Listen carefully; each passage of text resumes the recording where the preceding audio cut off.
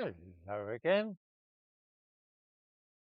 The situation in this country is fast approaching a crisis point where ordinary British people will either resign themselves to the loss of part of the realm to foreign occupiers or will feel obliged to take a stand.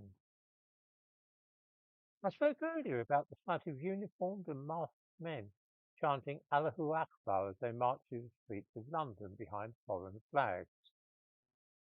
This was in flagrant defiance of the law, and some of those taking part in this action explicitly referred to that part of London as their area.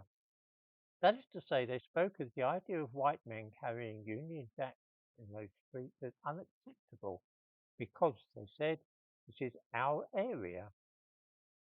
They have laid claim to a part of our capital city, and the police are colluding in the loss of sovereignty of certain parts of the country. This is not a new thing, and nor is it limited to London. In Birmingham, Manchester, and Leicester, the same process may be observed. Certain districts are acknowledged to be Muslim, and the police are prepared to treat them as no-go areas, allowing the inhabitants to rule themselves in effect. The expression no-go area originated in Rhodesia, but it became popularised by the situation in Northern Ireland. Parts of cities such as Belfast and Londonderry were ruled by rebel forces between 1969 and 1972, and the security forces, the police and the army, agreed not to enter them. They didn't want to cause trouble or provoke any problems or aggravate the situation. They allowed the citizens there to govern their own affairs. It led to some dreadful things, such as people being summarily executed in the no-go areas or maimed by vigilantes. I was in Belfast in 1972 during Operation Motorman when these areas were cleared out.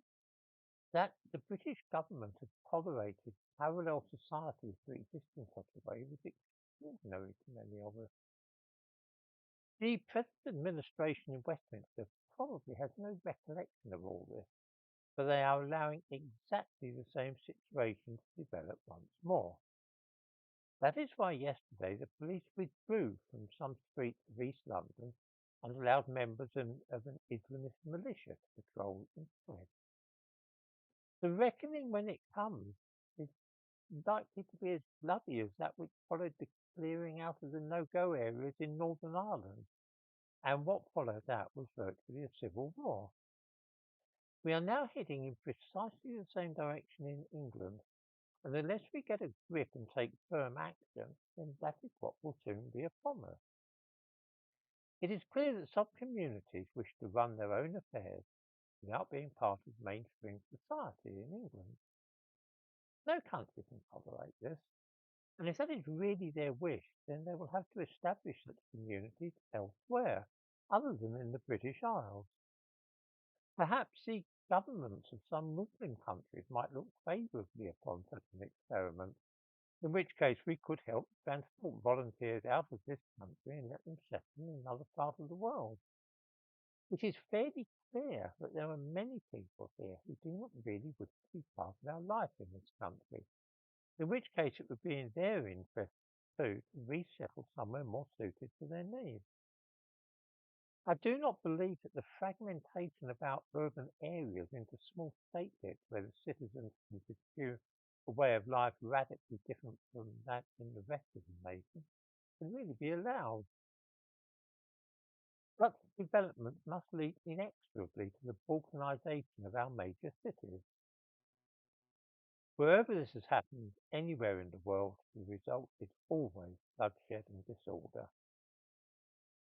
The scenes yesterday, when the Metropolitan Police allowed uniformed men to take over London streets while keeping out of the way, was a dreadful sign of what might happen. Trust me, if anybody had seen what life was like in the no-go areas of Northern Ireland in the early 1970s, then they would at once realise the dangers of such things. Before we know it, there will be separate courts and irregular forces handing out punishment beatings or executions. We need to nip this in the bud. And if that means presenting those who seek to establish their own no-go areas with an ultimatum, then so be it.